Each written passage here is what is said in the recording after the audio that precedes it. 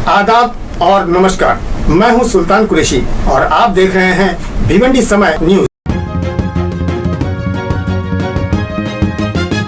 Hello दोस्तों, मैं हूं सुल्तान कुरैशी और आप देख रहे हैं भिवंडी समय न्यूज। इस वक्त मैं खड़ा हूं पोगांव यानी चाविंद्रा पे, जहां पर अलायंस की एक बहुत बड़ा प्रोग्राम चल रहा था, जिसमें माननीय शरद पवार जी और माननीय मुख्यमंत्री जो दिल्ली से आए हुए थे अरविंद केजरीवाल, और उनके साथ संजय सिंह साहब भी थे। साथ ही साथ यहाँ पर हमारे जो आमदार थे रईस शेख वो भी थे। साथ ही साथ भिवंडी शहर के बहुत वरिष्ठ नेता भी यहाँ पर मौजूद है। साथ ही साथ मुंब्रा से आए हुए जितेंद्र आव्हाड साहब भी थे।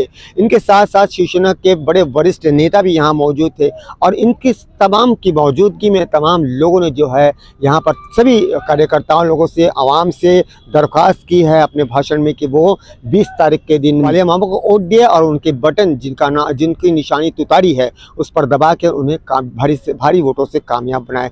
और इस मंच से क्या क्या कहा गया है, आइए हम उसी मंच पे आपको डायरेक्ट लेके चलते हैं और सभी लोगों की जो थोड़ी थोड़ी बातें हैं वो आपको सुनाते हैं और आपको भी बताते हैं कि किस तरह से ये पोगांव में हज़ारों की तादाद में लोगों ने बालिया मामा को वोट देने की तायद की और लोग भारी मतों से जिताने की बात भी कर रहे थे। तो चलिए मैं अपने सहयोगी खान फखरे आलम के साथ भिवंडी समय न्यूज से सुल्तान कुरैशी।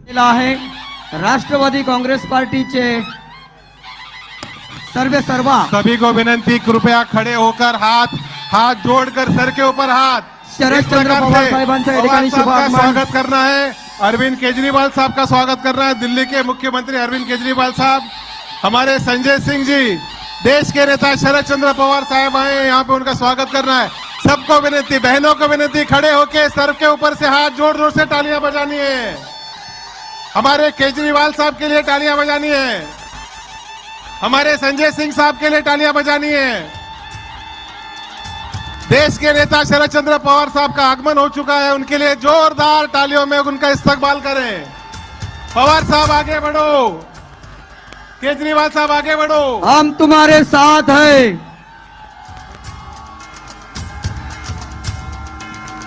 सबको विनती है कि हाथ हिलाकर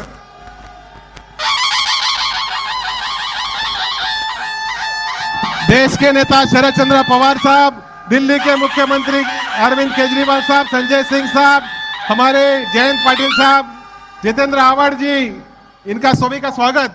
महाराष्ट्राचा बुलंद आवाज, अरे महाराष्ट्राचा बुलंद आवाज। धन्यवाद। अरे देश का नेता कैसा हो, देश का नेता कैसा हो। छत्रपती शिवाजी महाराजांच्या प्रतिमेला पुष्पहार अर्पण केलं जात आहे अरविंद केजरीवाल साहेबांच्या शुभ हस्ते।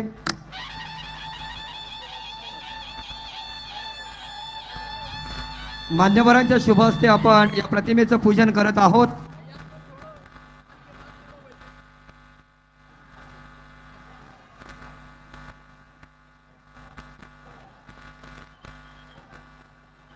सर्व मान्यवरांना विनंती करेन की पुनश्च व्यासपीठावर स्थानापन्न व्हायचं आहे।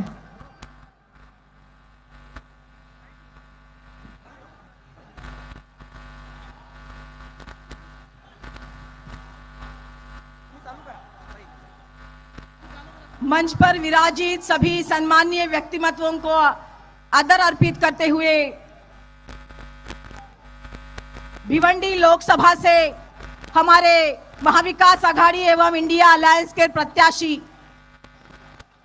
सुरेश उर्फ बालिया बाबा म्हात्रे जी के प्रचार के लिए मंच समेत मंच पर जितने भी लोग आप आए हुए हैं, पूरी आवाम का तहे दिल से शुक्रिया अदा करती हूं, क्योंकि ये लड़ाई जो है वो लड़ाई किसी पक्ष के खिलाफ नहीं है, किसी उम्मीदवार।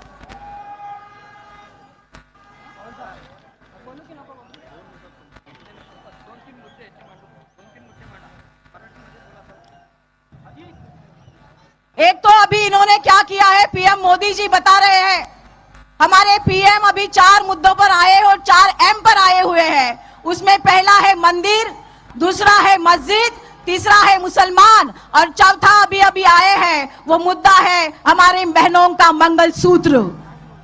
अभी उन्होंने एक नया सर्च किया है और अभी वो राष्ट्रवादी को और शिवसेना को बता रहे हैं कि ये असली नहीं है, नकली है।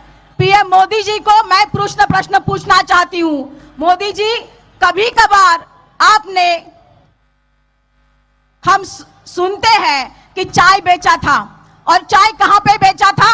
ऐसे स्टेशन से गुजरात से बेचा था जिस उम्र में आपने चाय बेची वहां पे वो स्टेशन ही नहीं था। फिर भी हमने आपको नकली चाय वाला नहीं बोला। मोदी जी, आप सर्टिफिकेट देते हो, असली शिवसेना और असली राष्ट्रवादी की ये नकली है। पंतप्रधान मोदी जी, प्रधानमंत्री जी, जिसको आप असली नकली बोलते हो, लेकिन प्रधानमंत्री जी आपका खुद का डिग्री का सर्टिफिकेट नकली है, तो आपको किसी को सर्टिफिकेट देने की जरूरत नहीं है। ज्यादा वोट देके हमें आपको उनको जिताना है। दूसरी बात बताती हूं कि ये जो यहाँ पे अभी चुनाव होने जा रहा है, वो चुनाव नहीं गाँव की का है। वही हमारे दिल्ली के मुख्यमंत्री सम्माननीय अरविंद केजरीवाल साहब भी आए हैं, उनका भी स्वागत होगा। इमरान जी उनका स्वागत करेंगे।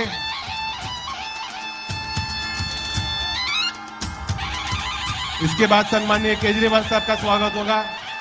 हमारे माल्या मामा और इमरान जी केजरीवाल साहब का स्वागत करेंगे।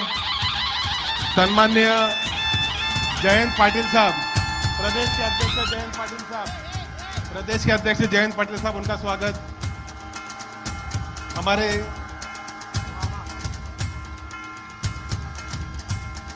आपके नेता संजय सिंह मंच पे मौजूद है।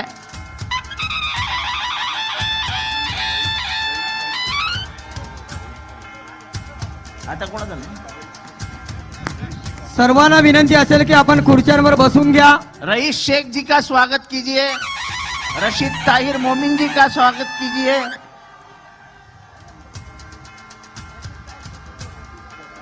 भिवंडी पूर्वचे आमदार ज्योतिताई रईस शेख ठाकुर साहेब। शिवसेना के अरे बुलंद आवाज सम्माननीय संजय सिंह साहब का कि आप मंच को संबोधित करें।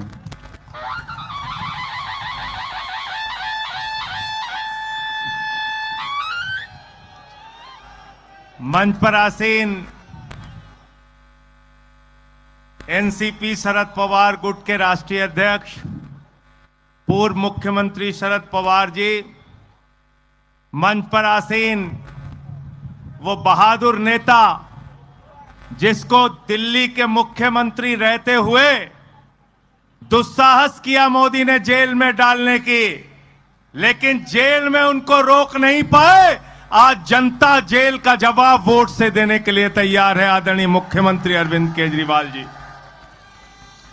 मंच पर मौजूद एनसीपी के, शिवसेना के, कांग्रेस के, आम आदमी पार्टी के, समाजवादी पार्टी के, इंडिया गठबंधन के सभी नेतागण, साथियों और दोस्तों, जब हम लोग आए तो यहां पर हमने छत्रपति शिवाजी महाराज के प्रतिमा पे माल्यार्पण किया।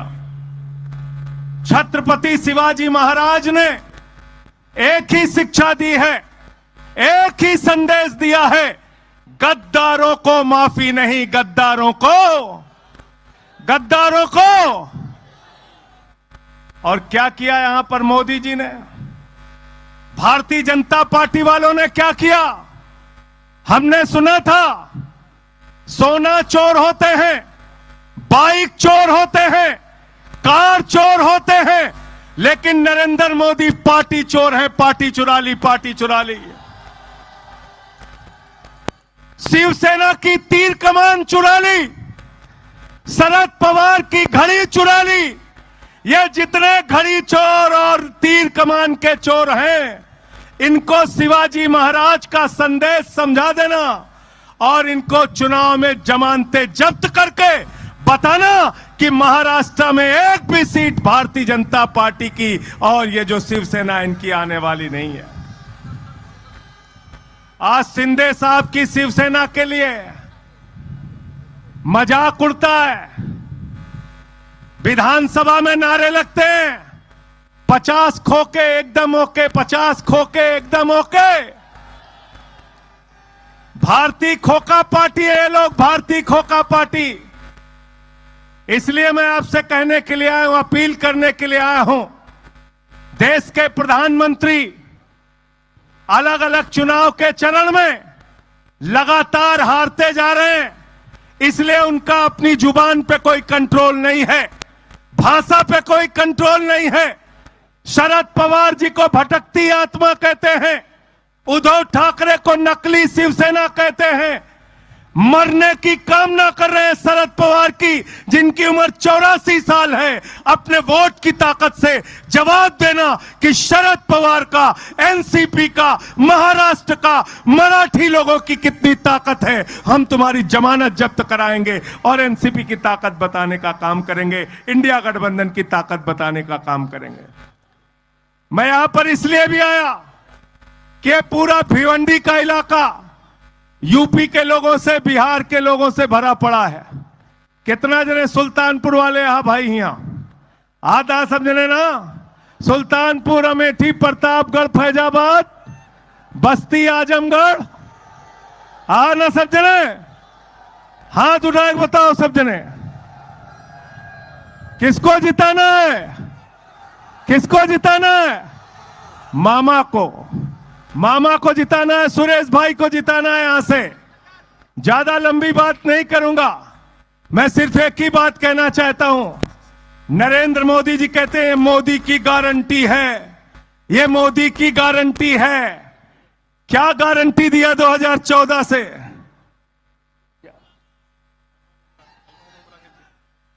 क्या गारंटी दी? अच्छा, इसके बाद मुझे मुमरा की सभा में जाना था, मैं नहीं जा पा रहा हूं। जितेंद्र अवार्ड जी से माफी चाहता हूं। आप सब लोग मुमरा की सभा में पहुंचिएगा और वहां मसाल है, मसाल पे वोट दीजिएगा उस लोकसभा क्षेत्र में, यह भी आपसे अपील करना चाहता हूं।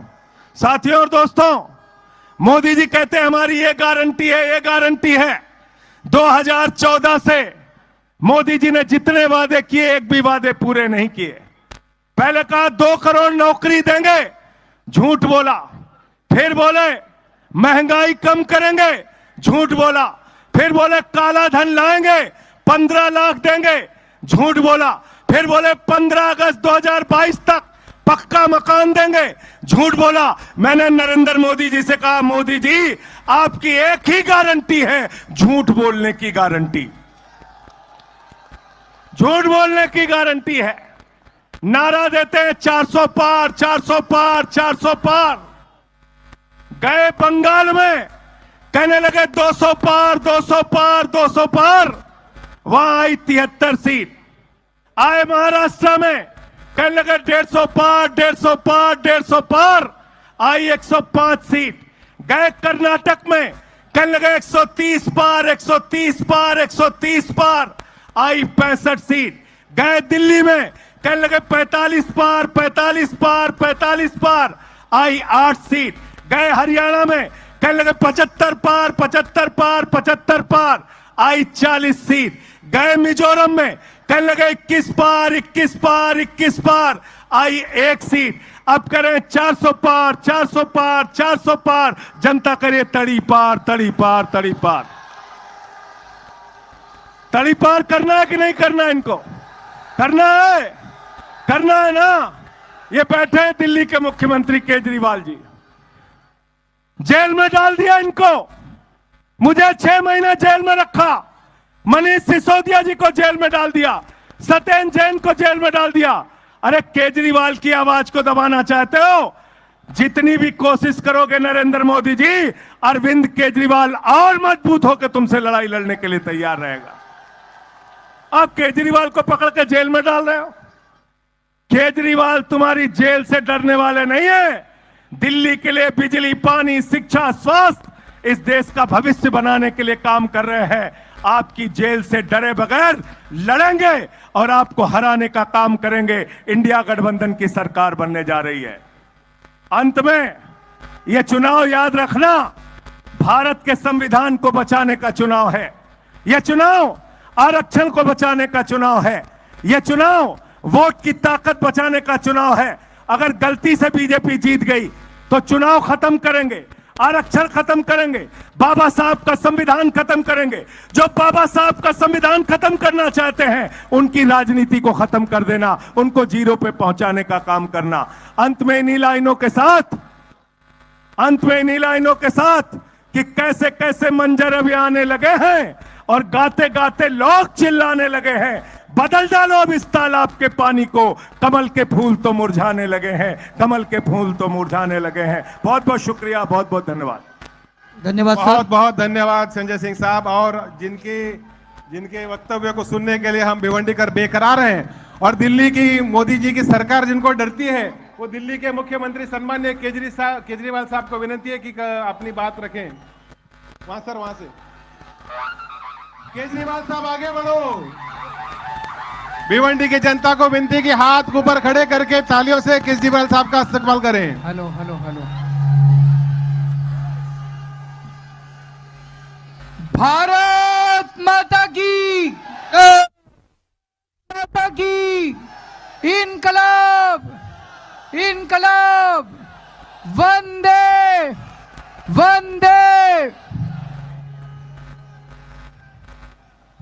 मंच पे मौजूद देश के बहुत ही सीनियर नेता और महाराष्ट्र के पूर्व मुख्यमंत्री शरद पवार साहब, सुप्रिया सुले ताई, मंच पे मौजूद इंडिया गठबंधन के सभी नेतागण और यहाँ पे इतनी भारी संख्या में आए हुए मेरे सभी प्यारे बहनों, भाइयों, माताओं, बुजुर्गों, बच्चों, आप सब लोगों को मेरा नमस्कार, सबको मेरा प्रणाम। दोस्तों, मैं दिल्ली से आया हूं आप लोगों के सामने झोली फैला के इस देश को बचाने की भीख मांगने के लिए। अभी थोड़े दिन पहले इन्होंने मुझे जेल से छोड़ा है। मोदी जी ने मुझे गिरफ्तार कर लिया था थोड़े दिन पहले एक झूठे केस में। जेल से सीधा यहीं आ रहा हूं, अपने लिए वोट मांगने नहीं आ रहा, देश को बचाने की भीख मांगने के लिए आ रहा हूं। सुप्रीम कोर्ट का धन्यवाद करना चाहता हूं। मुझे उम्मीद नहीं थी मैं इतनी जल्दी छूट जाऊंगा। सुप्रीम कोर्ट ने, यह करिश्मा था, चमत्कार था, ऊपर वाले का चमत्कार था। जो लोग ऊपर वाले पे यकीन रखते हैं, भगवान को मानते हैं, मैं तो मानता हूं, ये भगवान के किसी चमत्कार से कम नहीं था कि अचानक एक दिन सुप्रीम कोर्ट ने कहा केजरीवाल को 21 दिन की मोहलत दे रहे हैं, जाओ और जाके चुनाव प्रचार करो। मैं दिल्ली में एक दिन रोड शो कर रहा था, निकलने के बाद तो एक महिला कहती है, सर आपको भगवान ने भेजा है 21 दिन के अंदर बीजेपी की ऐसी तैसी करने के लिए। तो मैंने भी ठान ली है, ये 21 दिन मैं सोऊंगा नहीं, 24 घंटे, एक एक पल, एक एक सेकंड पूरे देश में घूम घूम के देश को बचाने का काम करूंगा और इनको निकालने का प्रयास करूंगा, लोगों को जगाने का काम करूंगा। इन्होंने मेरे को जेल भेज दिया। मैं मन में सोच रहा था मेरा कसूर क्या है, मेरे को क्यों जेल भेजा। मैं छोटा सा आदमी हूं, मेरी छोटी सी पार्टी है, 2 राज्यों में हमारी सरकार है, दिल्ली में, पंजाब में।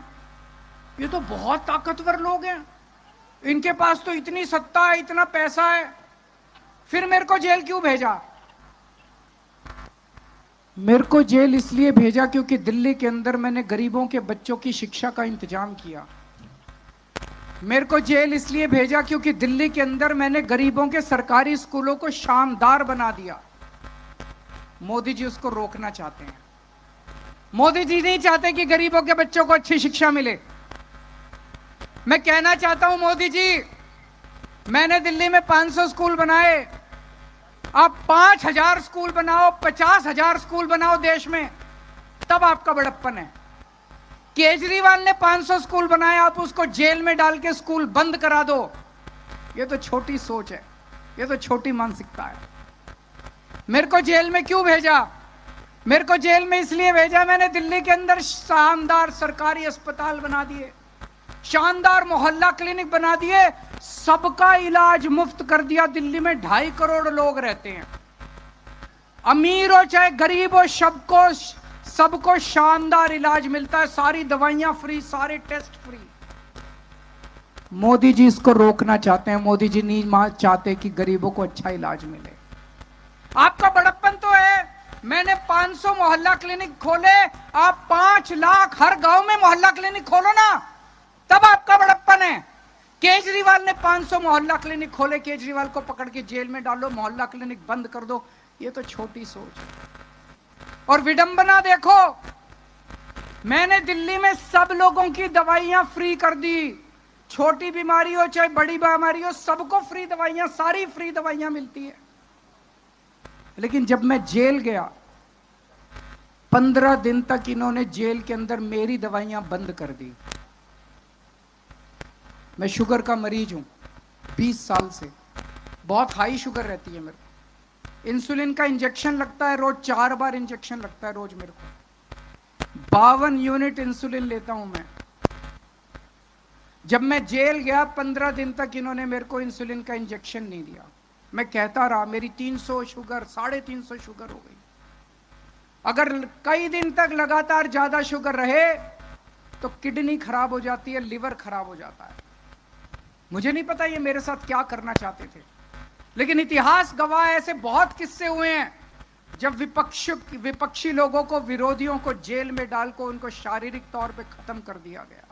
मुझे नहीं पता ये मेरे साथ क्या करना चाहते थे। ये मेरे को इसलिए इन्होंने जेल में भेजा क्योंकि दिल्ली में मैंने सबकी बिजली फ्री कर दी, 24 घंटे फ्री कर दी। अब दिल्ली में सबको फ्री बिजली मिलती है। मोदी जी, आप तो इतने बड़े नेता हैं, इतने ताकतवर नेता हैं, मैंने दिल्ली में और पंजाब में फ्री बिजली करी, आप पूरे देश में फ्री बिजली करो ना, तब तो आपका बड़प्पन है। आप केजरीवाल को जेल में डाल के दिल्ली की बिजली फ्री रोकना चाहते हो, ये तो कोई बड़प्पन नहीं है दोस्तों, ये तो छोटी मानसिकता है। ये तो इस वक्त देश के अंदर जो हालात हैं बहुत खतरनाक हैं। रशिया का राष्ट्रपति पुतिन है, आप जानते होंगे। पुतिन ने जितने विपक्षी नेता थे या तो सबको जेल में डाल दिया या उनको मरवा दिया और फिर चुनाव करवाए। पुतिन को 87% वोट मिले। बांग्लादेश के अंदर अभी थोड़े दिन पहले चुनाव हुए, सारे विपक्षी नेताओं को जेल में डाल दिया और चुनाव करके शेख हसीना जीत गई। पाकिस्तान के अंदर अभी चुनाव हुए, इमरान खान जो वहां के सबसे बड़े नेता, उनको जेल में डाल दिया, उनकी पार्टी को तहस नहस कर दिया, उनका सिंबल छीन लिया और फिर चुनाव कराए और जीत गए। मोदी जी अब पाकिस्तान और बांग्लादेश से सीख के यही काम अब देश के अंदर, भारत के अंदर करना चाहते हैं। एक टाइम ऐसा था जब पाकिस्तान और बांग्लादेश हमसे सीखा करते थे, आज मोदी जी बांग्लादेश और पाकिस्तान से सीख रहे हैं। उन्होंने मेरे को गिरफ्तार कर लिया और अब कह रहे हैं दिल्ली में जीत जाऊंगा, फिर भी नहीं जीतने चाहिए। मेरे को जेल में रख लेते तब भी हार जाते मोदी जी। इन्होंने मेरे को गिरफ्तार कर लिया, मनीष सिसोदिया को गिरफ्तार कर लिया, सत्येंद्र जैन को गिरफ्तार कर लिया, कांग्रेस पार्टी के बैंक अकाउंट फ्रीज कर दिए। कांग्रेस पार्टी जो दूसरे नंबर की पार्टी है, उनके बैंक अकाउंट फ्रीज कर दिए और कहते हैं मैं चुनाव लड़ूंगा। अब आम आदमी पार्टी के बैंक अकाउंट फ्रीज करना चाहते हैं। शिवसेना को चोरी कर लिया, जो अभी संजय सिंह ने कहा, शिवसेना के 2 टुकड़े कर दिए, एनसीपी के 2 टुकड़े कर दिए, ममता दीदी के कितने मंत्रियों को गिरफ्तार कर लिया, स्टालिन के कितने मंत्रियों को गिरफ्तार। ऐसे चुनाव लड़ोगे और जीतोगे? ये तो कायर आदमी करता है, कायर है मोदी जी। अरे बहादुर हो तो आंख में आंख मिला के चुनाव लड़ो ना, सीधे सीना चौड़ा करके चुनाव लड़के दिखाओ। ये तो कायरों की निशानी है। इस तरह तो देश के जनतंत्र को खत्म कर रहे हैं, बाबा साहब अंबेडकर के संविधान को खत्म कर रहे हैं दोस्तों। एक और चीज मैं बताना चाहता हूं। 2014 में जब मोदी जी आए थे, उन्होंने एक रूल बनाया था। उन्होंने रूल बनाया था कि बीजेपी में जो भी नेता 75 साल का होगा उसको रिटायर कर दिया जाएगा। ये रूल बना के उन्होंने अडवाणी जी को रिटायर कर दिया, मुरली मनोहर जोशी जी को रिटायर कर दिया, सुमित्रा महाजन को रिटायर कर दिया, यशवंत सिन्हा को रिटायर कर दिया। अगले साल 17 सितंबर को मोदी जी 75 साल के हो रहे हैं।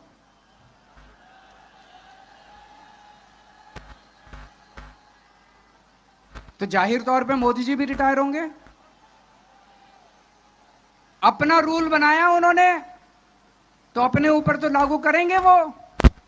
जब मैंने बोला थोड़े दिन पहले, पता नहीं आपने देखा कि नहीं देखा, मैंने थोड़े दिन पहले बोला कि अगली साल मोदी जी रिटायर होंगे और अमित शाह को प्रधानमंत्री बनाएंगे, तो सारे बीजेपी के नेता चढ़ गए, नहीं नहीं मोदी जी रिटायर नहीं होंगे, नहीं नहीं मोदी जी रिटायर नहीं होंगे। मोदी जी ने नहीं बोला कि मैं रिटायर नहीं होऊंगा, मोदी जी रिटायर होंगे और अमित शाह को बनाएंगे प्रधानमंत्री। तो इस साल जो वो वोट मांग रहे हैं मोदी जी, वो अपने लिए वोट नहीं मांग रहे, वो अमित शाह को प्रधानमंत्री बनाने के लिए वोट मांग रहे हैं। तो आपके घर के आसपास जितने बीजेपी वाले रहते हैं, जितने बीजेपी के समर्थक रहते हैं, सबको बोल देना सोच के जाना जब वोट डालने जाओ। मोदी के लिए वोट नहीं पड़ रहा, अमित शाह का आंख बंद करके जितने बीजेपी वाले हैं, जब बटन दबाओ आंख बंद कर लेना, अमित शाह की तस्वीर लेके आना कि अमित शाह को बनाना है क्या प्रधानमंत्री। तो अमित शाह के लिए वोट मांग रहे हैं। और इस सिलसिले में जितने रुकावटें थी, देवेंद्र फडणवीस को पैदल कर दिया इन्होंने, शिवराज सिंह चौहान की राजनीति खत्म कर दी, रमन सिंह की राजनीति खत्म कर दी, वसुंधरा, जितने नेता थे सबको खत्म कर दिया। एक ही नेता बचा है, योगी आदित्यनाथ। 2 महीने के अंदर उसको हटाने जा रहे हैं। योगी आदित्यनाथ अब उत्तर प्रदेश के सीएम नहीं रहेंगे। जब मैंने ऐसा बोला, एक भी नेता योगी जी के समर्थन में नहीं आया, बीजेपी के किसी ने नहीं कहा कि नहीं हटा रहे। इसका मतलब हटा रहे हैं, इसका मतलब हटा रहे हैं, साबित हो गया कि हटा रहे हैं। कल मैंने देखा योगी जी मेरे को गालियां दे रहे थे, मैं उनको कहना चाहता हूं, मैं तो आप ही के लिए बोल रहा हूं, मेरे को गाली देने से क्या होगा, अपने वालों को सलट लो, अपनी बीजेपी को सलट लो। दोस्तों, एक एक करके ये सारे नेताओं को खत्म कर रहे हैं। और मैं आपको चेतावनी देना चाहता हूं कि अगर इस चुनाव में 4 जून को बीजेपी जीत गई, वैसे तो जीत नहीं रही है, अगर जीत गई तो मैं आपको बता रहा हूं कि सुप्रिया सुले भी जेल में होंगे, शरद पवार भी जेल में होंगे, उद्धव ठाकरे भी जेल में होंगे और आदित्य ठाकरे भी जेल में होंगे।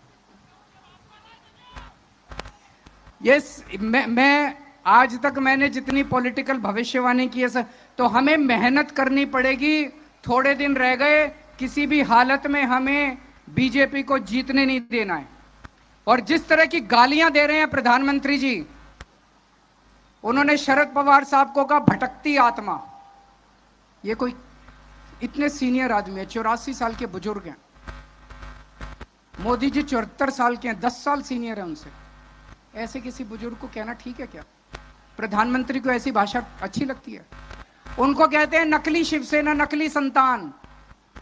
ये अच्छी लगती है?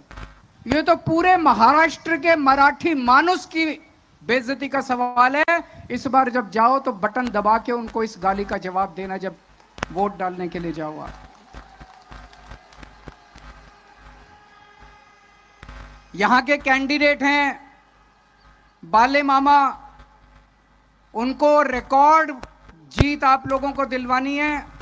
ज्यादा से ज्यादा वोट देके, बटन दबा के आप उनको वोट देना, रिकॉर्ड मार्जिन से उनको जिताना। लेकिन मैं आज महाराष्ट्र में उनके लिए तो वोट मांग ही रहा हूं।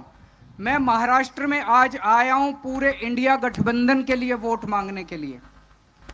एनसीपी का चुनाव चिन्ह ये तुतारी बजाने वाला आदमी है।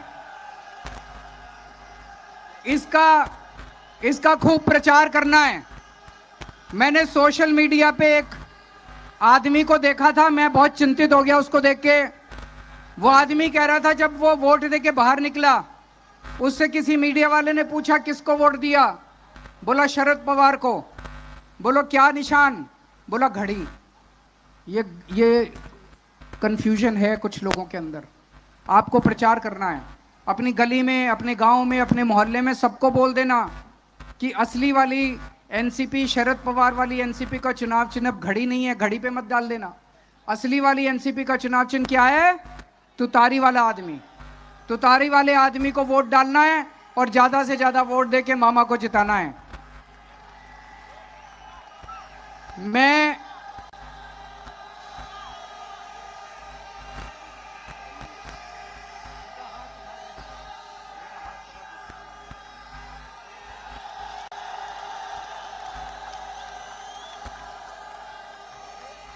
21 दिन के लिए बाहर आया हूं।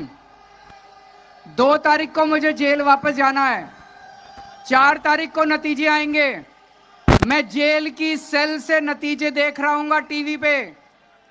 पिछली बार महाराष्ट्र की 48 सीट में से 42 एनडीए गठबंधन को, मोदी जी के गठबंधन को मिली थी। इस बार 48 में से 42 इंडिया गठबंधन को मिलनी चाहिए। अगर आप लोगों ने 48 में से 42 सीट इंडिया गठबंधन को दी, मुझे जेल के अंदर बड़ा सुकून मिलेगा और मुझे लगेगा आज महाराष्ट्र आना मेरा सार्थक हो गया। आप लोगों ने आज इतना प्यार, इतनी मोहब्बत दी, इसके लिए आप सब लोगों का बहुत बहुत शुक्रिया। शरद पवार साहब का बहुत बहुत शुक्रिया, सुप्रिया दीदी का बहुत बहुत शुक्रिया जो आज मुझे यहाँ पे आमंत्रित किया, आप सब लोगों के सामने बोलने का मौका दिया। भारत माता की, केजरीवाल साहब की, शरद पवार के लिए आप सब लोग बेकरार हैं। हिंदुस्तान के सुपुत्र, महाराष्ट्र के भूतपूर्व मुख्यमंत्री, हमारे दिलों की धड़कन, सम्मानीय शरद चंद्र पवार साहब। जैसे विचार आपने अभी सुने, अरविंद केजरीवाल जी, मंच पर बैठे हैं सभी साथी आणि हजारोच्या संख्येनं उपस्थित असलेले आपण बंधू भगिनी, देशाच्या लोकसभेच्या निवडणुकीच्यासाठी आज मोठ्या संख्येनं नेत्यांचे विचार ऐकण्यासाठी आपण एकत्रित आलो। ही निवडणूक नेहमीच्या निवडणुकीपेक्षा वेगळी निवडणूक आहे। या निवडणुकीमधून उद्या तुमचं माझं भवितव्य काय आहे याचा निर्णय व्हायचा आहे आणि चिंतेची स्थिती ही आहे की ज्यांच्या हातामध्ये देशाची सत्ता आहे त्यांना पुन्हा संधी मिळाली तर तुम्हा लोकांचा जो मताचा अधिकार आहे तो संकटात गेल्याशिवाय राहणार नाही। आधीच्या वक्त्यांनी सांगितलं, डॉक्टर बाबासाहेब आंबेडकर यांनी देशाला संविधान दिलं आणि त्या घटनेनं तुम्हा सगळ्यांना अधिकार दिले। आज नरेंद्र मोदी आणि त्यांचे सहकारी ठिकठिकाणी सांगतायत की आम्हाला 400च्या अधिक जागा हव्यात। का? तर या देशाची घटना आम्हाला बदलायची। कर्नाटकमधला त्यांचा एक खासदार त्यांनी जाहीरपणाने सांगितलं की आम्हाला घटना बदलायची आहे। दिल्लीचा, उत्तर प्रदेशचा त्यांचा एक खासदार त्यांनी जाहीरपणाने सांगितलं आम्हाला घटना बदलायची। राजस्थानमधली त्यांची एक भगिनी, तिने जाहीरपणाने सांगितलं आम्हाला घटना बदलायची आहे आणि त्यासाठी मात्र ही मोदींना द्यायचे। ज्या दिवशी बाबासाहेब आंबेडकरांनी जो अधिकार आपल्याला दिला तो संकटात जाईल, त्या दिवशी या देशातल्या तुमच्यासारख्या कोट्यावधी लोकांचा अधिकाराचं अस्तित्व हे नष्ट होईल आणि या देशामध्ये हुकुमशाही मोदींच्या नेतृत्वाखाली सुरू झालेली ही आपल्या सगळ्यांना बघायला मिळेल। आणि हे जर चालायचे असेल तर त्यांचा 100% पराभव करणं हे गरजेचं आहे। आज या देशाचा, या राज्यातला शेतकरी संकटात आहे, कष्टकरी कामगार संकटात आहे, अल्पसंख्याकांची स्थिती आणखीन अवघड करून ठेवलेली आहे। देशाचा प्रधानमंत्री जाहीरपणाने सांगतो की या देशामध्ये ज्यांच्या घरात मुलं अधिक आहेत ते उद्या त्याला तुमच्या घरातलं सोनं ते तुमच्या घरातलं मंगळसूत्र हे काढून घेतल्याशिवाय राहणार नाही। ही गोष्ट कदापि होणार नाही। ती गोष्ट या ठिकाणी चुकीच्या पद्धतीने सांगतात। आज एका ठिकाणी त्यांनी बोलत असताना सांगितलं की उद्याच्याला आम्हा लोकांच्या हातात सत्ता आली तर अयोध्येचं मंदिर आहे ते संकटात येईल. या देशात मंदिर असो, मस्जिद असो, गिरजाघर असो, या सगळ्यांचं रक्षण करणं हा विचार तुमचा माझा सगळ्यांचा आहे. आणि कारण नसताना या धार्मिक भावना या देशात उत्तेजित करून लोकांच्यामध्ये एक प्रकारचं अंतर वाढवायचे काम मोदी करतायत. ही देशाच्या दृष्टीने अतिशय गंभीर गोष्ट आहे. आणि याचा सुटका करायची असेल तर उद्याच्या निवडणुकीमध्ये तुमच्या मताचा अधिकार लावू मामा की ज्यांची खून आज तुला सगळ्यांना माहीत झालेली आहे. तुतारी वाजवणारा माणूस त्याच्यासमोर तो वचन दाबा आणि त्यांना देशाच्या लोकसभेमध्ये आमच्या या भागाचा प्रतिनिधी म्हणून मोठ्या मताने विजय करा हीच विनंती करतो आणि माझी भाषण या ठिकाणी संपवतो. आघाडीचा विजय असो, महाविकास आघाडीचा विजय असो. याच्यानंतर पवार साहेब आणि केजरीवाल साहेब पुढच्या सभेला जाणार आहेत. बाकीचे मान्यवर इथेच आहेत. आपल्याला सुप्रियाताईंचं, जयंत पाटील साहेबांचं सर्वांचं मार्गदर्शन ऐकायचं आहे. मी विनंती करतो जयंत पाटील साहेब, जितेंद्र आव्हाड साहेबांना मैं विनंती करता हूं जितेंद्र आव्हाड साहब को कृपया मंच संभालें. अरे भिवंडी वालों, आज हमारे बीच में सुप्रिया ताई आई हुई है, जयंत पाटिल साहब आए हुए हैं. जोरदार स्वागत करो उनका. अरे ये जोरदार है क्या? मैं बहुत छोटा भाषण करूंगा. आज इस मंच पे भिवंडी शहर और ये ग्रामीण की एरिया में आए हुए हमारी बहन सुप्रिया ताई, जयंत पाटिल साहब, अनिल देशमुख जी, जितेंद्र आव्हाड साहब और तमाम इंडिया अलायंस के आए हुए नेताओं के लिए एक बार फिर जोरदार तालियां, जोरदार तालियां. देश में जो संघर्ष चल रहा है, संविधान बचाने की जो लड़ाई चल रही है, आज मुझे इस बात का फख्र है कि भिवंडी के लोग इसमें सबसे आगे हैं. और जब इंडिया अलायंस के अंदर यह तय हुआ कि राष्ट्रवादी कांग्रेस पार्टी को यह सीट जाएगी और बाल्या मामा उर्फ सुरेश मात्रे साहब को टिकट मिलेगी, सबसे पहले समाजवादी पार्टी के नेता अबू आसिम आजमी ने इसका स्वागत किया. सबसे पहले स्वागत किया. हमने बिन शर्त, बिना किसी बात के, कुछ नहीं कहते हुए पूरी समाजवादी पार्टी सड़क पे आ गई. और मुझे इस बात का फख्र है जयंत पाटिल साहब कि आज भिवंडी से निकली हुई ये आवाज पूरे क्षेत्र में गूंज रही है. और आज आप देखिएगा 20 तारीख को एक सैलाब की तरह हम लोग जाएंगे और 2 नंबर का बटन दबाएंगे. दबाएंगे कि नहीं दबाएंगे? अरे बोलो बाल्या मामा, जीतेंगे कि नहीं जीतेंगे? और जितेंद्र आव्हाड साहब ने एक अच्छी बात की कि जिस तरह से यहां पे जोश है, उसी तरह से 20 तारीख को ये तुतारी जो आदमी बजा रहा है, जो 2 नंबर बटन पे, कितने नंबर बटन पे भाई? अरे मेरी बहनों बताओ कितने नंबर बटन पे? 2 नंबर बटन पे. मैं बाल्या मामा को कहता हूं कि आप जाके जो है 7 बजे देखना, भिवंडी शहर की जितनी भी मशीन होगी ना, उसका बटन पूरा काला हो चुका होगा. क्योंकि इतनी बार दबाया जाएगा, जितनी बार दिल से निकला है मोदी हटाओ, उतनी बार वो बटन दबाया जाएगा. दबाया जाएगा कि नहीं दबाया जाएगा? यस. और इस बार जोश के साथ होश भी. हमारी बहनें, मैं नौजवानों से खास तौर से कहता हूं कि आज ये सभा के बाद से लेके 20 तारीख को आखिरी वोट डाले तक हम सोएंगे नहीं. अरे हमारे बुजुर्ग रोजा रखेंगे, हमारी बहनें रोजा रखेंगी, क्योंकि आज हमको मिला है कि 10 साल के बाद इस सरकार को हम जवाब देंगे. और सिर्फ ये हिंदू मुस्लिम नहीं चलेगा. आज या मंचावर में विनंती करतोय संपूर्ण भिवंडीचे लोकांना, तुम्ही अग्री आहोत, तुम्ही कुंभी आहोत, तुम्ही काय पण आहोत, तुम्ही भारतीय आहात आणि भारतीय संविधानासाठी तुम्ही 20 तारखेला तुतारीसला मत द्या. देणार की नहीं देणार?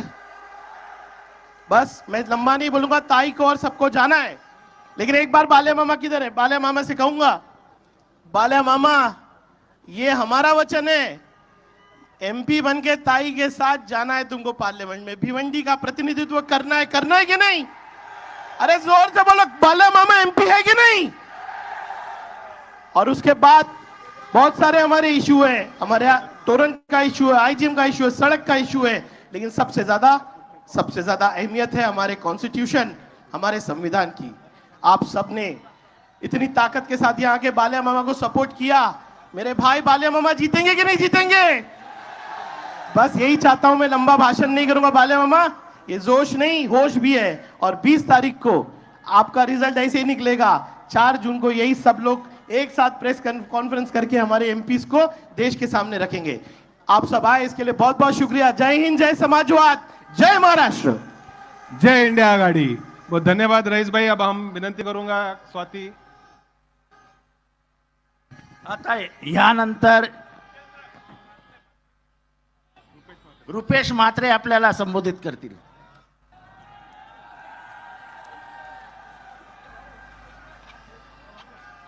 स्वाती कांबळे यांचा प्रवेश परत राष्ट्रवादीमध्ये होते। सुप्रियाताईंना विनंती करतो त्यांना राष्ट्रवादीचा दुपट्टा देऊन त्याचं स्वागत घ्यावं। स्वाति कांबळे राष्ट्रवादी कांग्रेस पार्टी में प्रवेश कर रही हैं। अजीत दादा राष्ट्रवादी छोड़ के हमारी भूतपूर्व जिला अध्यक्ष रह चुकी हैं। सुप्रिया ताई उनका स्वागत कर रही हैं, पार्टी में उनको वापस वेलकम कर रही हैं और स्वाति कांबळे के आने से हमारी वापस सीट और ताकत बढ़ेगी। रुपेश म्हात्रे जी, भिवंडीची बुलंद आवाज रुपेश म्हात्रे आपल्या सर्वांमध्ये।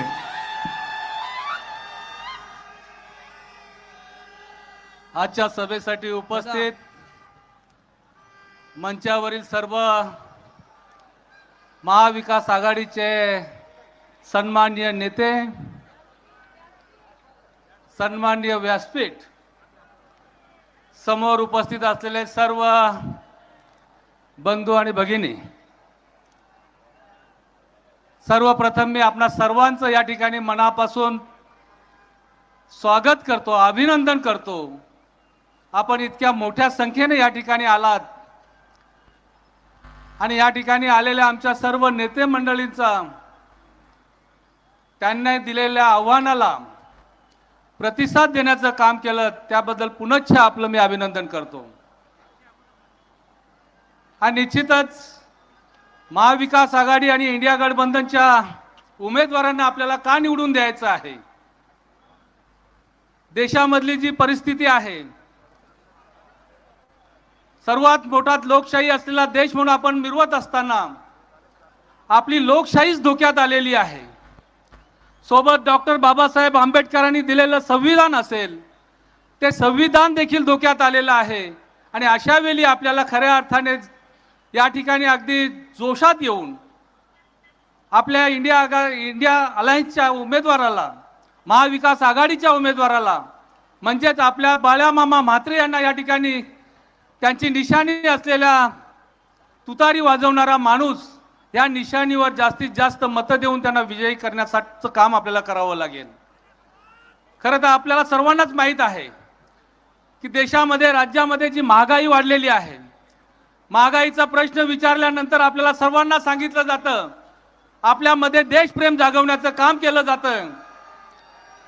तरुणांच्या रोजगाराच्या संदर्भात विचारला गेल्यानंतर आपल्याला हिंदुत्व शिकवलं जातंय।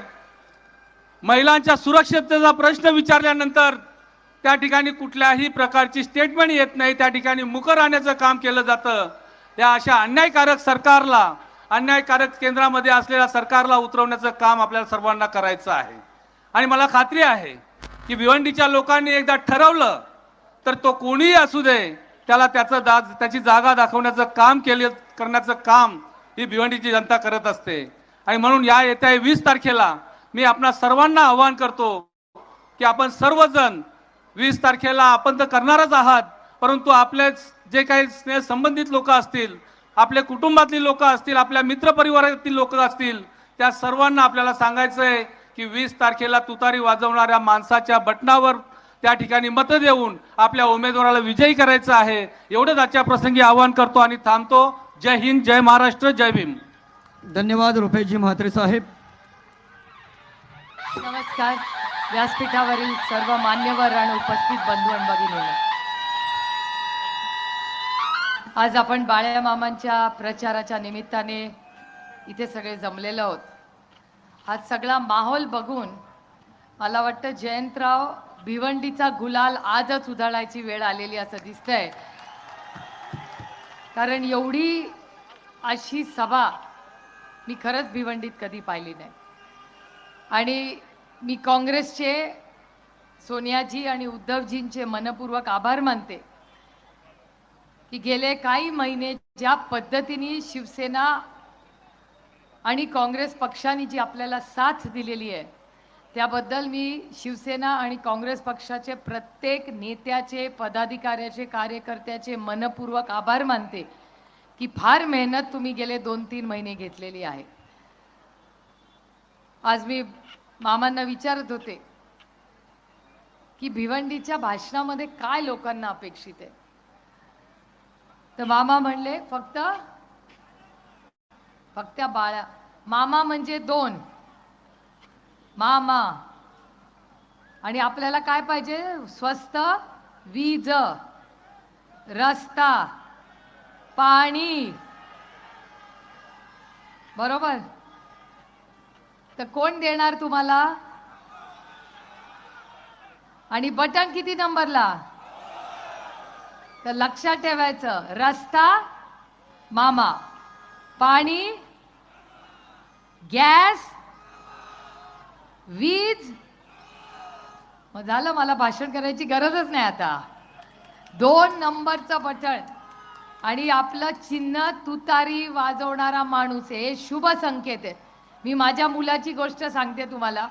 माझा मुलगा आणि माझी मुलगी 21 वर्षाचे झाले ना, 18 वर्षाचे झाले तेव्हा मी पेन दिलं त्यांना. 21 वर्षाची माझी मुलगी झाली तेव्हा मी तिला एक वस्तू दिली. त्याच्यानंतर 3 वर्षांनी माझा मुलगा झाला 21 वर्षाचा. तर मी त्याला म्हणलं चला आता जाऊया विकत घ्यायला. तो म्हणला काय? म्हटलं मी तुझ्या बहिणीला पण हेच दिलं होतं, तुला पण हेच देणार. तो म्हणला ते लागत नाही आता. म्हटलं का नाही लागत? तो म्हणला आता ते सगळं मोबाईलमध्येच येतं, ह्याची गरजच नाही पडली आता, त्याच्यामुळे हे लागतच नाही. त्याच्यामुळे त्या चिन्हाच्या भानगडीतच पडू नका. तुम्ही बघा त्याची इच्छा बघा काय आहे. त्यांनी जी गोष्ट लागत नाही ती आपल्याकडून काढून घेतली आणि जी वस्तू गरजेची आहे. तुतारी म्हणजे शुभ संकेत आहेत. जेव्हा चांगल्या गोष्टी होतात तेव्हाच तुतारी वाजते. लग्नामध्ये तुतारी वाजते. जेव्हा बाळ्या मामा निवडून येणार तेव्हा पण तुतारीच वाजणार. जेव्हा कुठलाही चांगलं असतं, मंदिर असेल, कुठलं चांगलं नवीन हॉटेलचं उद्घाटन असेल, आपल्या गोडाऊनचं उद्घाटन असेल, तिथे पण तुतारीच वाजते. अभी पहला तो मराठी में तो थोड़ा बोलू. तर तुतारी हे शुभ संकेत आहे. त्याच्यामुळे शुभ संकेत तुतारी ही आपल्यासाठी लकी है. आणि अभी उन्होंने कहा हिंदी में बोलो, तो अभी थोड़ा हिंदी का ट्रैक ले लेते हैं. तो आप सब ने देखा है महाराष्ट्र की जो राजनीति है वो इतनी घटिया और गंदी हो चुकी है. इसलिए हम सबको लड़ना पड़ेगा. मैं अरविंद जी की फ़ैन किस लिए हूँ? मैं भाग के अरविंद जी का भाषण सुनने क्यों आई आज? क्योंकि इस देश में इतिहास सिर्फ जो लड़ता है उसका ही लिखा जाता है. और अरविंद जी का नाम हमेशा एक लड़वैया नेता जो हम सब के लिए लड़ा है उसके लिए. और देखो महाराष्ट्र में पहली सभा अरविंद जी की हुई वो मामा के लिए हुई है. पहली सभा है जब से आए वो. और अरविंद जी भाषण में क्या कहा? 2 तारीख को जेल वापस जाएंगे. सोचिए उस आदमी की कितनी ताकत है. उसको पता है कि शायद 2 तारीख को उसको बेल नहीं मिलेगी, वो वापस जाएगा, लेकिन वो हार नहीं रहा है, वो लड़े जा रहा है. और आप देखिए यहाँ देशमुख साहब बैठे. देशमुख साहब 1.5 साल जेल में रह के गए और उन्होंने क्या कहा था? 100 करोड़ का पैसा उन्हें ले लिया. 100 करोड़ में शून्य कितने पता है आपको? इसको पता है? नहीं, मुझे भी नहीं पता. तो 100 करोड़ का आरोप उन्होंने किया और जब केस बनी तो वो 1 करोड़ की बनी. और वो भी इस वाले 100 की नहीं, कोई 2012 साल का कुछ फेक केस बकवास वाला कर दिया. और 1.5 साल ये अंदर रहे. 1.5 साल. आप कभी ने किसी ने सोचा है उनकी बीवी किससे गुजरी होगी? उनके बच्चे क्या क्या क्या हुआ होगा? इतने दो छोटे छोटे उनके नाती है, उनको क्या लगा होगा? कभी किसने सोचा है? नवाब भाई का किसी ने सोचा है?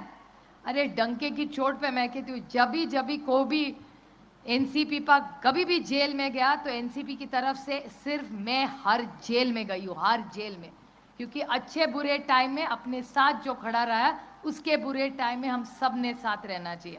आप सब यहाँ वहाँ जो घूम रहे हैं ना कोई आर्थर रोड जेल गया है, ना कोई गया है, ना तिहाड़ जेल गया है। तो ये सब जो राजनीति अभी पैसे की राजनीति चल रही है ना, वो भी यहाँ होगी। मेरे यहाँ तो बहुत बारिश हुई, पता है ना किसकी बारिश हुई? और एक बात, अगर किसी को अकाउंट खोलना हो और जो बैंक 24 घंटे खुली हो तो वो मेरे निर्वाचन क्षेत्र में है। मेरे निर्वाचन क्षेत्र में बैंक 24 घंटे खुली थी। कोई भी बैंक आपको पता है 24 घंटे खुली है? सिर्फ मेरे यहाँ, शायद आपके यहाँ कल खुल सकती है 24 घंटा। तो संभल के रखना। और बंदूक से ज़्यादा किस में ताकत है? तो मोबाइल फ़ोन में। मैंने 140 केस किए, 140 एक दिन में मेरे खिलाफ। क्या क्या नहीं किया? बैंक खुली रखी 24 घंटा, उसके बाद क्या क्या मिठाइयाँ बांटी वो तो जानते हैं आप, हर साइज और शेप में मिठाई बांटी गई। वो यहाँ भी हो सकता है। मेरे यहाँ बहुत बारिश हुई, हमने रिकॉर्ड पे भी पकड़ा, देते हुए मिठाई और लेते हुए भी मिठाई। सारे वीडियोस है मेरे पास 140। मैंने सब इलेक्शन कमीशन को दिखाया, केस किया है, सिर्फ 4 में सुनवाई होनी है। तो आप देखिए किस तरह से इस देश किस तरह जा रहा है। 140 केसेस करवाई है मैंने और मुझे न्याय नहीं मिल रहा है, लेकिन मैंने तय किया है कि पूरी ताकत से लड़ूंगी और ये देश बिकने वालों का नहीं है। आप हमारा वोट खरीद नहीं सकते, हम बहुत स्वाभिमानी लोग हैं। तो आपके यहाँ भी गड़बड़ हो सकती है। अभी क्या किसको करना है मुझे पता नहीं, अभी लेना है देना है वो नहीं पूछा। सुनो दुनिया का, करो सिर्फ मन की। तो आज बालिया मामा आपको 1-2 दिन एकदम सावधान रहना पड़ेगा, और अगर कोई मिला तो पकड़ लो। हमारे यहाँ तो गाड़ी भी पकड़ी हमने, गाड़ी के अंदर पता नहीं क्या क्या पैसा वैसा था, वो भी पकड़ लिया, वो भी पुलिस स्टेशन लेके गया। सारों का वीडियो है मेरे पास। अगर मेरे यहाँ हो सकता है तो आपके यहाँ भी हो सकता है। और ये चीटिंग करके पास करने वाले लोग हैं। याद है देवेंद्र जी क्या कह रहे थे? देवेंद्र जी ने कहा, देखो मैंने कहा था मैं वापस आऊँगा, मैं 2-2 पार्टियाँ तोड़ फोड़ के आया। ले कोई कॉपी करके पास आके बोलता है हाँ मैं कॉपी करके आया। और ये जो कॉपी की गंदी राजनीति चाहिए उसके खिलाफ हम सबको लड़ना है। आज तक जो चुन के आए ना, वो खुद की मेहनत से सिर्फ नहीं आए, शिवसेना का बहुत बड़ा योगदान उसमें रहा है, वो भूल गए।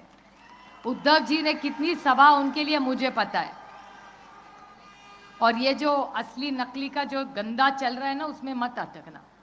आप सोचिए, जिस बाला साहब ठाकरे ने पार्टी बनाई, उन्होंने खुद का झंडा अपने बेटे को दिया। वही आज एक ही असली शिवसेना है और उसके अध्यक्ष उद्धव जी ठाकरे है, दूसरा मुझे नहीं कुछ ही जानती। तो आप सब पे बहुत बड़ी जिम्मेदारी है। अगले 2 दिन हमारी सारी महिलाओं को भी आप टाइम दे रही है कि कितने बजे सबको वोटिंग के लिए जाना है। और हम सबको सिर्फ, आपको याद है 2 बूंद अमिताभ बच्चन कहते थे, हमारे सारे बच्चों को हमने 2 बूंद दिए थे, वही 2 बूंद वो बालिया मामा के है। 2 बूंद याद रखना। यहाँ वहाँ किती है पैनल, किती है पैनल, किती है किती 2। तो 2 पैनल रहेंगे। 2 पैनल में के पहले पैनल में 2 नंबर का बटन हमको दबाना है, बस, बाकी कुछ नहीं करना है। और इस देश से हमको महंगाई, बेरोजगारी और भ्रष्टाचार, इसको हद पार करना है। इसलिए हम सबकी जिम्मेदारी है कि 20 तारीख को सुबह 7 से शाम 6 बजे तक 2 नंबर का बटन, बालिया मामा का तुतारी बजाने वाला आदमी, वो दबाइए। और इस देश के संविधान बचाने की जिम्मेदारी हम सब पे है। और मुझे विश्वास है कि 4 तारीख को एनसीपी की पहली सीट जो अनाउंस होगी वो भिवंडी ही अनाउंस विजयी होगी। और बालिया मामा, कांग्रेस और सारे और आम आदमी पार्टी के मैं तहे दिल से आभारी हूँ। आप इतनी बड़ी संख्या से आज हमारा स्वागत करने के लिए आए। हम सबको बीकेसी में जाना है, उसके पहले मुमरा भी जाना है, तो मैं जयंत पाटिल जी को विनती करती हूँ कि वो हम सबको मार्गदर्शन करें। जय हिंद, जय महाराष्ट्र, जय आघाड़ी। धन्यवाद। छत्रपती शिवाजी महाराज, शाहू फुले आंबेडकर, शिवसेना प्रमुख बाळासाहेब ठाकरे, गुरुवर्य स्वर्गीय धर्मवीर आनंदगी साहेब यांच्या स्मृतीस विनम्र अभिवादन। आज इथं उपस्थित महाविकास आघाडीमधील सर्व पक्षाचे, व्यासपीठावर उपस्थित सर्व प्रमुख पदाधिकारी, खास करून आदरणीय शरदचंद्रजी पवार साहेब, आदरणीय अरविंदजी केजरीवाल साहेब यांच्या उपस्थितीत आज ही सभा पार पाडली। मी फक्त 2च मिनिटं बोलणार आहे। आज भिवंडीत